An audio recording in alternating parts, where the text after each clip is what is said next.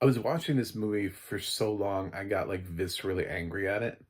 Like, I was actually like, I had a hard time focusing on the next thing I wanted to watch because I was still angry at how long this movie is, for multiple reasons that I'll talk about. I'm John Stark from MacMovieGuy.com. I'm a blind film critic. Uh, you just haven't found me yet. I have, like, 1,000 videos, and I don't know, I just whatever. Anyway, this is Rebel Moon Part 1, the director's cut.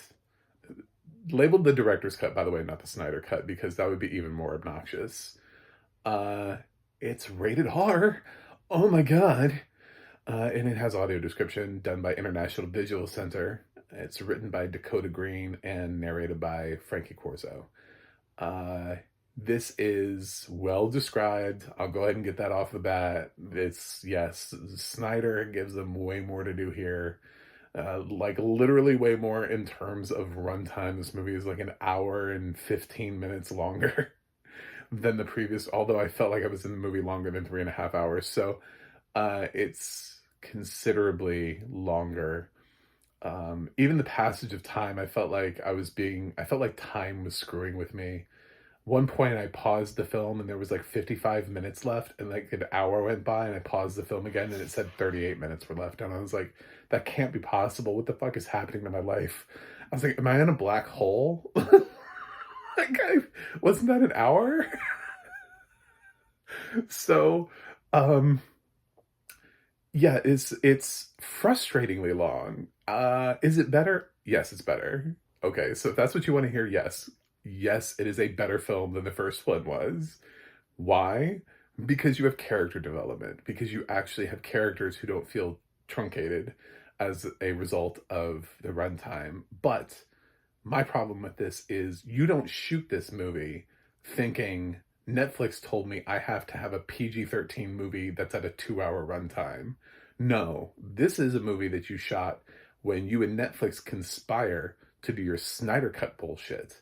Meaning you could have released this the whole time around, so why would you release an inferior product to begin with? That's the problem that I have with the director's cut, and that's the problem we all should be talking about, is why is there a director's cut of Rebel Moon Part 1? Because there doesn't need to be a director's cut of either one of these. Netflix has released films that are over 3 hours with their runtime. The Irishman broke 3 hours and nobody cared. You know, Apple has done the same thing, Killers of the Flower Moon. Apparently, if you're Scorsese, you can go over 3 hours and he doesn't need a director's cut to do it. So, they're capable of doing it. And the fact that Netflix was fully comfortable releasing upon the world two rather incoherent versions of this film, and then coming around later and being like, well, here's what Zack Snyder really wanted. This is his real film. And it's all supposedly because we wanted to... What did you need the rating for? Like, you needed the rating for a brief theatrical run so that you could be considered for awards consideration for visual effects.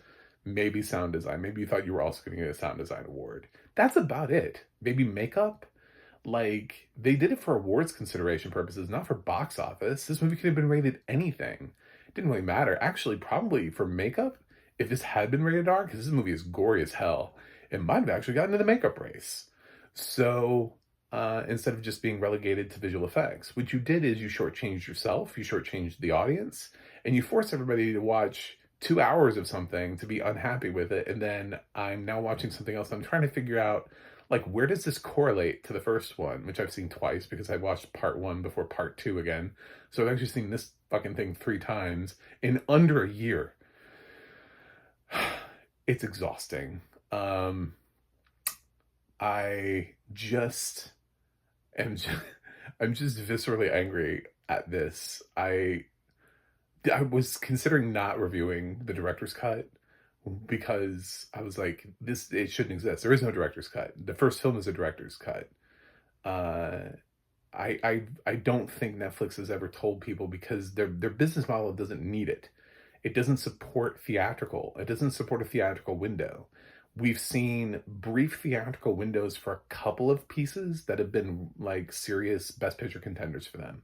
And that's been like Glass Onion and Maestro. where they actually tried to put it in. I think Roma had a little bit of a theatrical release. So when they have like their best picture contender, then they try to give it some sort of a, maybe like a 500 screen theater run, like a month before it hits Netflix. Did you see Rebel Moon in theaters? I don't know anybody who did. I think everybody watched this at home because it was probably released in the bare minimum amount of screens for the bare minimum amount of time needed for Oscar consideration. Those rules are changing, so Netflix is going to have to start releasing in more theaters for longer runs, but it wouldn't have mattered. It's not like this is unrated. This is still rated R. You know what I'm saying? Like, he didn't make a cut of the film that's so scandalous that it's a rated R cut. This is also the studio that picked up Blonde, by the way, the Ana de Armas film, at NC-17, and had no problem with that and didn't make that director cut that down to an R. So what is the implication here? The implication is that Snyder just wants director's cuts. That's all he wants. Is that because so many people were out there, so many Snyder fans were out there on social media being jackasses and saying the word Snyder cut over and over, he now thinks that he's entitled to a Snyder cut of everything. Even a brand new film that there is no audience for, that he doesn't even know if the audience is going to like the film, let alone want a Snyder cut of it. Why don't you just direct the best damn version you can of the film, release that, and then see what the audience says, and then see whether or not you need to make any changes to the film, then see whether or not you should have an extended Snyder cut film of the film. This is like the same runtime as Avatar. Like, who cares? Fucking release the movie as this. I would hate this movie a lot less if this was the first time I was watching it. If this was back in December when we were waiting for Rebel Moon Part 1 and I got this instead of the other thing, I'd have a much better opinion of it. But unfortunately, I've seen the other thing now twice. So I've seen this awful version of this film. And then I watched this longer version and I'm like, there's characters, there's full scenes here, there's plot lines developed. They actually take out some of the sort of narrated exposition that Anthony Hopkins does because they can actually show those in scenes. So they don't need him to talk for long periods of time and do heavy exposition dumps because they can actually show you what happened. They actually film those sequences. There's no reason or need for that. When you're on Netflix, you can pause the movie and then go. You can leave. You can just literally stop the film and then resume it the next day. It's not a movie theater. So I call bullshit on Netflix and I call bullshit on Snyder. And we're just supporting the model by continuing to watch these fucking movies and saying to Netflix, yes, this is an acceptable model that we want. They say film criticism is in the garbage now because there are too many people like doing this on YouTube. Well, there are too many people who are ruining the art of film on the other end too. There's zero purpose for this. Zero. There's no reason this had to happen. There's no reason this could not have been the release in December. There is, I call complete shenanigans. I don't think Netflix told Snyder ever that he had to have a PG-13 version of this film. Because you don't film these sequences, you don't film this level of violence and this level of gore, thinking that, Netflix told me PG-13. He knew he was getting a director's cut. He was told he was going to get an extended version, and that makes it way less interesting. Every other time we've ever gotten a director's cut, it's always been in response to the public outcry that we need one. There's always been like a story about how somebody was disenfranchised and really didn't get the last say. They didn't have final cut. The studio took away final cut. There's always something about it. Or they shot a film and it didn't, they thought maybe it was going to be PG-13, turned out to be R, so they had to cut a couple scenes. So there's really like one or two scenes that they could put back in for the R-rated cut. Or maybe there's a couple of scenes that they left out. So we have an unrated version. This isn't even unrated. This is rated R. Like, this isn't even an unrated director's cut. This has an MPAA rating. They once again submitted this for the MPAA approval. So, like, on every level, it's bigger, longer, and it's bullshit. So, bigger, longer bullshit is what it is. It's self-indulgent Snyder bullshit. And yes, it is better, but we never needed that first film. Do you know what I'm saying? It's like somebody being a chef and being like, here, I'm going to feed you dog food before I feed you the food that I cooked, because I have so little faith in the food that I cooked that I want you to experience what ass tastes like before you taste my food. And then you're like, but your food is good. Why did you make me do the first thing to get to the second thing? I don't understand. Like, it's baffling. It's very violent. It's over the top violent. Probably one of the things, if I had to say criticism, like, why am I not? First of all, I'm not going to give this an A on principle alone. Snyder I'm too angry at it. I'm viscerally angry at this film. It's not getting an A because it just doesn't make me happy. It wouldn't, that whole, like, does it spark joy thing? This does not spark joy. I would say, if I was a tomato meter critic, I would be willing to put fresh on it because I would have put rotten for the first two. And I do think that this solves many of the problems that I complained about the first time around. But in terms of my grading scale, I'm not going to dive into it. I'm not going to dive into it that hard and push it that far up. I'm even hesitant to grade it because I don't really want to, like, participate in that. I just really don't want to keep indulging Netflix and Snyder on this, because God forbid they do it again. This isn't even the first time Netflix has paired with Snyder, so they're inclined to do it again. And if this model worked for them the first time, why wouldn't it work for them the second time? Plus, I think there's another Rebel Moon film that's supposed to come out. I don't think it's 2 parts. I think there's another part coming. So God forbid we're going to get like a Rebel Moon, the G-rated cut, Rebel Moon, the PG cut, Rebel Moon, the PG-13 cut, Rebel Moon, the R-rated cut, Rebel Moon, the extended unrated cut. Like, God, I don't even know where this stops. So I'm here to say, yes, if you're a fan of Rebel Moon and Zack Snyder, congratulations. There's actual character development here. There are people who feel like they were shortchanged in the first film, who didn't have that much screen time, who have ample screen time here. Entire scenes, entire plot lines that were missing or were just briefly mentioned in exposition are actually shown here. It's incredibly violent. I cannot stress that enough. Zack Snyder just loves to bash people's heads in. I don't know how many people get their head bashed in this film, and and people get ripped in half and gored, and that's why I'm like, you don't shoot this if Netflix has told you you're getting a PG-13 rating. They don't fund this if they're giving a PG-13 rating. Nobody would fund this movie thinking it was a PG-13 script. There's nothing here that adds up. This film is so R-rated, it's not even close. They didn't just, like, add in, like, a couple curse words and, like, a decapitation.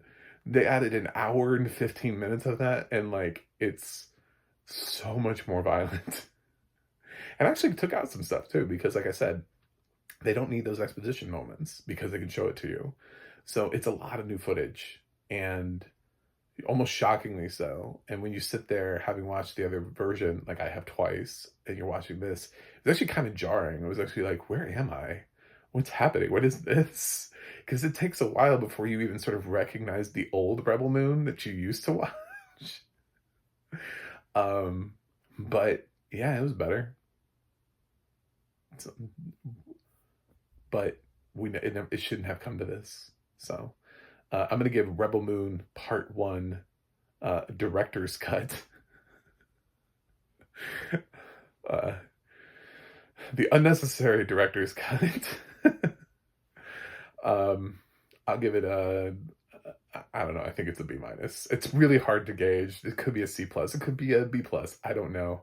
I'm still angry at it. I'm still viscerally, and I'm rarely ever am I actually viscerally angry at a product, because it can't hurt me.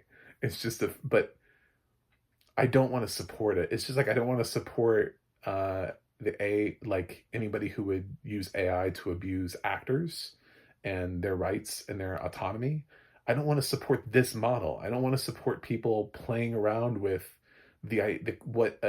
what we had. What was so great about director's cuts before was that they were sort of this underground thing. It was like when you took away Final Cut from a director and then the director ended up kind of being right, you know? And then it became this thing of, well, the studio wanted this version, but the director's cut of this version is this.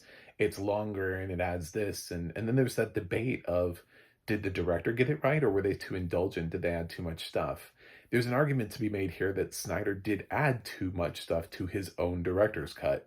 It does not need to be this fucking long. I was thinking about all the other critics that are constantly talking about runtime, and I can't imagine they're going to support a 3 hour and 24-minute version of this film, having seen the first one. So when it was not a director's cut.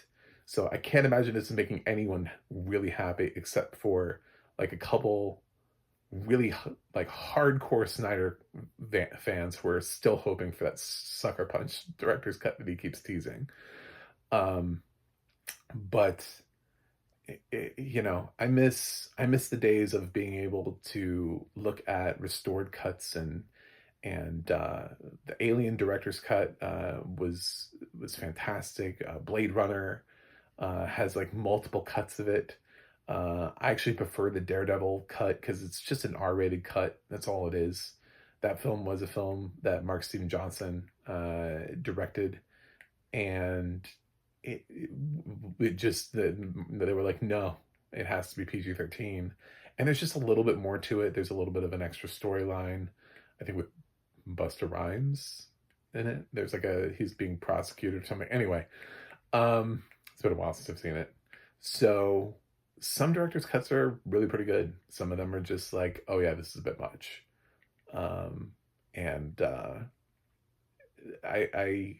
Yeah, I don't like the fact that this feels so planned. It feels like we were baited into this, and less like a reaction to the first film. So anyway, that's it. Thanks for watching. Thanks for subscribing. I'll see you guys on the other side.